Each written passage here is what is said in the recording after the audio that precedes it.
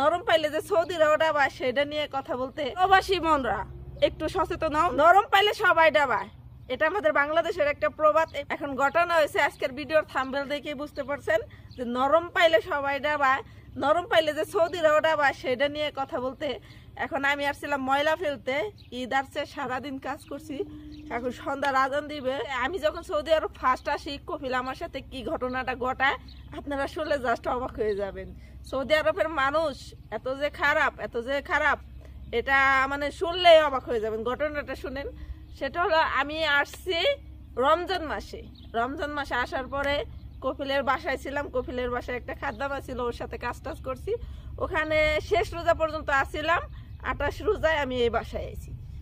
এই পথটা দিয়ে এই জায়গাটাই আমার নামাই দিয়ে গেছিল। আমি কানতে কানতে তো জীবন শেষ। এখন কি ঘটনা সৌদি আরব আমার সাথে খারাপ করলো সেটা আমি কইতাছি। তো আসলাম, থাকলাম, ভালো